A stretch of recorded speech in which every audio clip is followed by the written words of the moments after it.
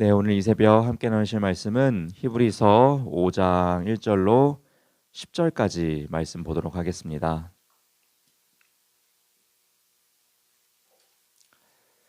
히브리서 5장 1절로 중반절인 이 10절까지만 보도록 하겠습니다.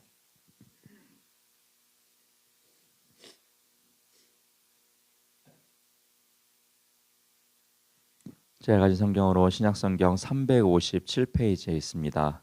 히브리서 5장 1절에서 10절까지만 보도록 하겠습니다. 네, 다 타신 줄 알고 한 절씩 교독하며 말씀 보도록 하겠습니다. 히브리서 5장 1절로 10절까지의 말씀입니다. 대제사장마다 사람 가운데서 택한 자이므로 하나님께 속한 일에 사람을 위하여 예물과 속죄하는 제사를 드리게 하나니,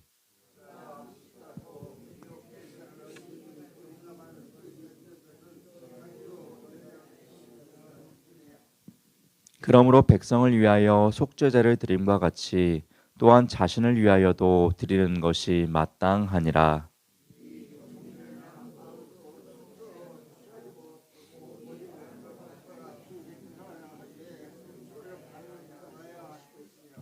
또한 이와 같이 그리스도께서 대제사장 되심도 스스로 영광을 취하심이 아니요 오직 말씀하신 이가 그에게 이르시되 너는 내 아들이니 내가 오늘 너를 낳았다 하셨고,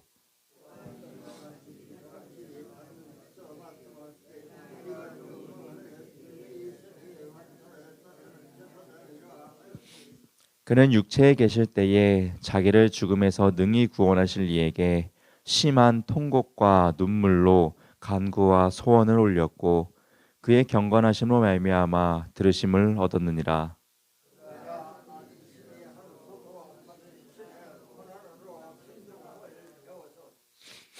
영원하게 되셨은즉 자기에게 순종하는 모든 자에게 영원한 구원의 근원이 되시고,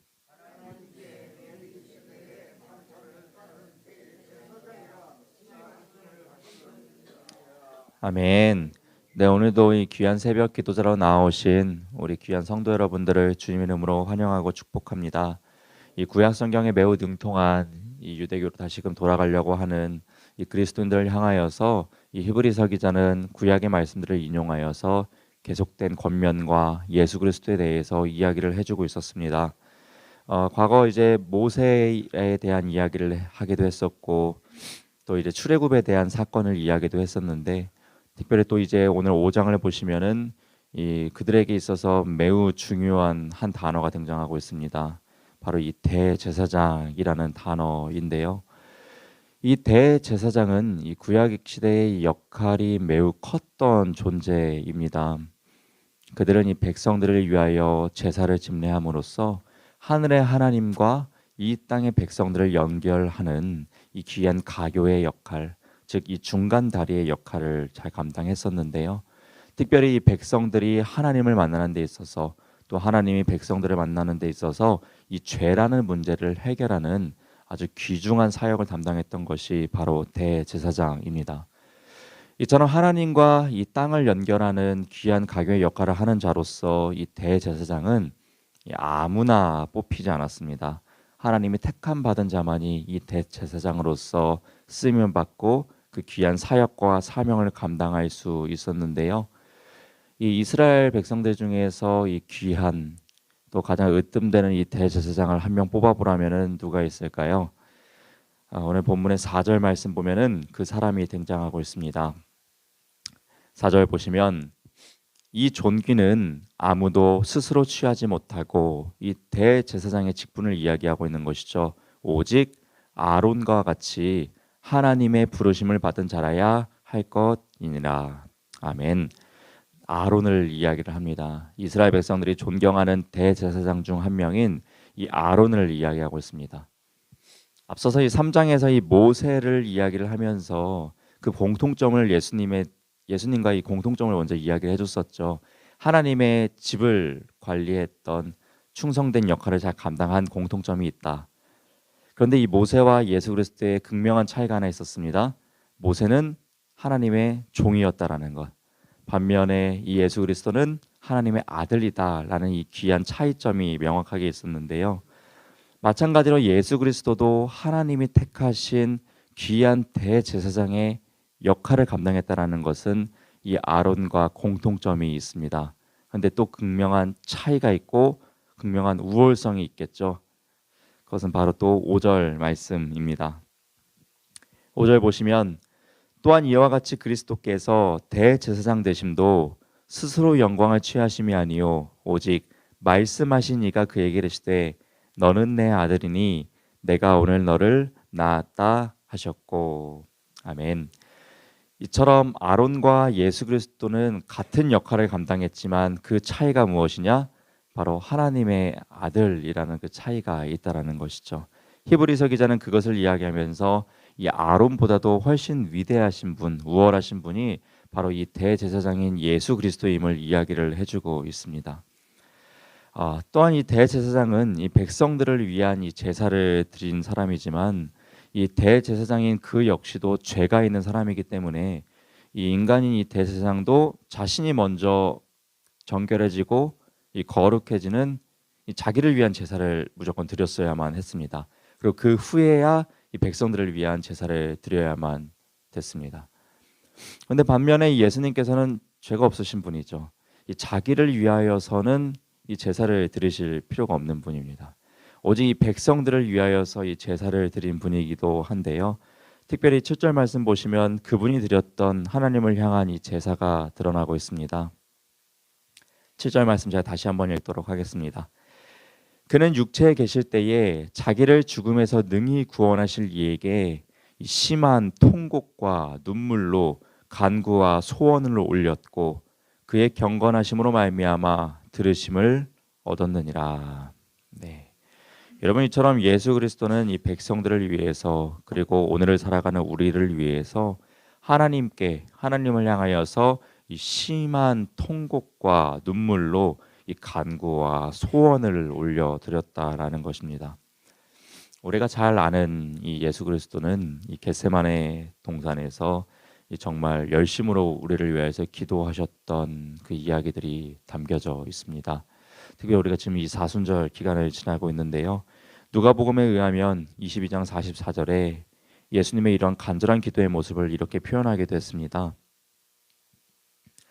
예수께서 힘쓰고 애써 더욱 간절히 기도하시니 땀이 땅에 떨어지는 핏방울 같이 되더라. 아멘. 이처럼 우리를 위해서 이토록 간절하게 기도하셨던 분이 바로 이 예수 그리스도임을 우리는 알 수가 있는데요. 하나님께서는 예수님의 이러한 통곡과 눈물, 이 간절한 기도를 받으셨고 그 받으신 대로 우리에게 놀라운 은혜를 베풀어 주셨습니다. 그것이 무엇입니까? 바로 죄사함, 구원입니다. 오늘 본문 8절과 9절 말씀 보시면 그가 아들이면서도 받으신 고난으로 순종함을 배워서 온전하게 되셨은즉 자기에게 순종하는 모든 자에게 영원한 구원의 근원이 되셨다라고 이야기를 합니다. 예수님의 이러한 눈물은 예수님의 이러한 핏방울은 우리에게 구원의 근원이 되었다라는 것입니다. 여러분 이런 대제사장으로서 귀한 사역을 감당하신 예수 그리스도를 하나님께서는 이렇게 인정하고 계십니다. 마지막 10절 말씀 보시면 하나님께 멜기세덱의 반차를 따른 대제사장이라 칭하심을 받으셨느니라 라고 말입니다. 여러분 예수님은 멜기세덱의 반차, 즉 멜기세덱의 반열에 들어갔다라는 말인데요. 여기서 이 멜기세덱에 대한 이야기는 이제 뒤에 이제 7장에서 더욱더 상세히 나오겠습니다만 간단히 요약을 하자면 이 멜기세덱은 이 창세기에 등장했었던 한 제사장입니다. 이 멜기세덱은 이 아브라함에게 축복을 주었던 제사장이고 그 축복을 받은 아브라함은 이 전쟁에서 얻은 소유물을 가지고 이 10분의 1, 이 11조를 이 멜기세덱에게 드리기도 했습니다. 이처럼 이 믿음의 조상인 아브라함조차 11조로 섬겼던 사람이 바로 이 멜기세덱 제사장이기도 한데요.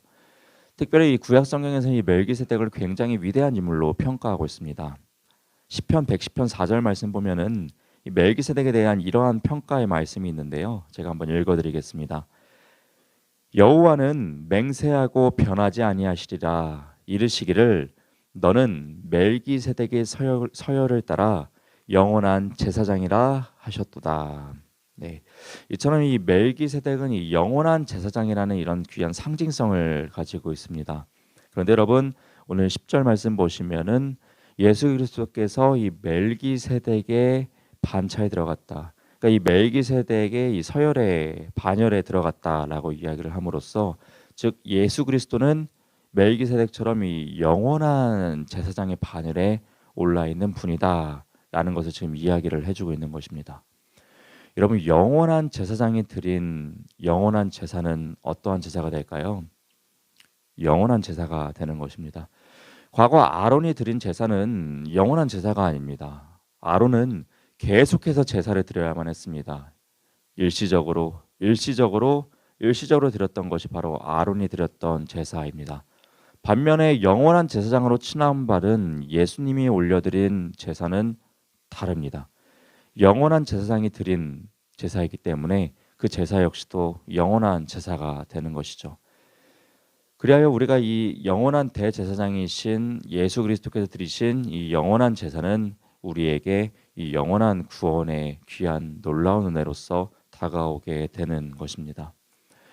여러분 이처럼 오늘 이 5장 말씀을 통하여서는 이 영원한 대제사장 대신 그리고 영원한 제사를 올려드려 주신 이 예수 그리스도에 대해서 이야기를 해주시고 계십니다.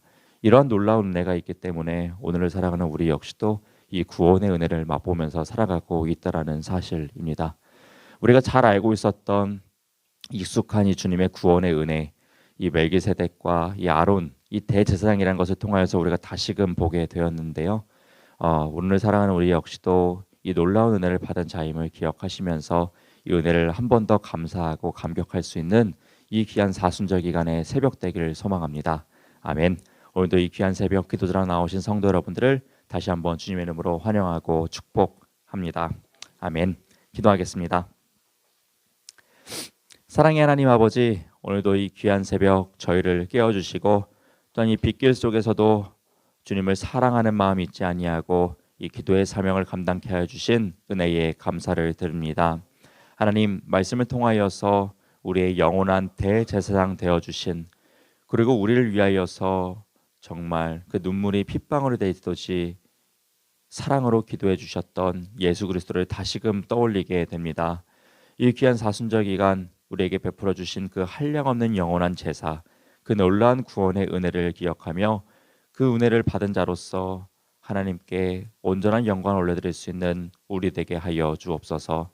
또한 주님의 구원을 약속받은 자로서 그 감격에 오늘 하루도 주의 영광 위에 살아내길 소망하오니 주님의 빛과 소금으로 살아낼 수 있는 성령의 충만함을 우리 모두에게 허락하여 주옵소서. 감사드리며 이 모든 기도 살아계신 우리 주 예수님의 이름으로 기도드립니다. 아멘.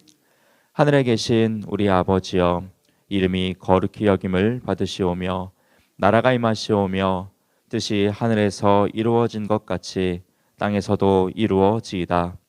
오늘 우리에게 일용할 양식을 주시옵고 우리가 우리에게 죄 지은 자를 사하여 준 것 같이 우리 죄를 사하여 주시옵고 우리를 시험에 들게 하지 마시옵고 다만 악에서 구하시옵소서.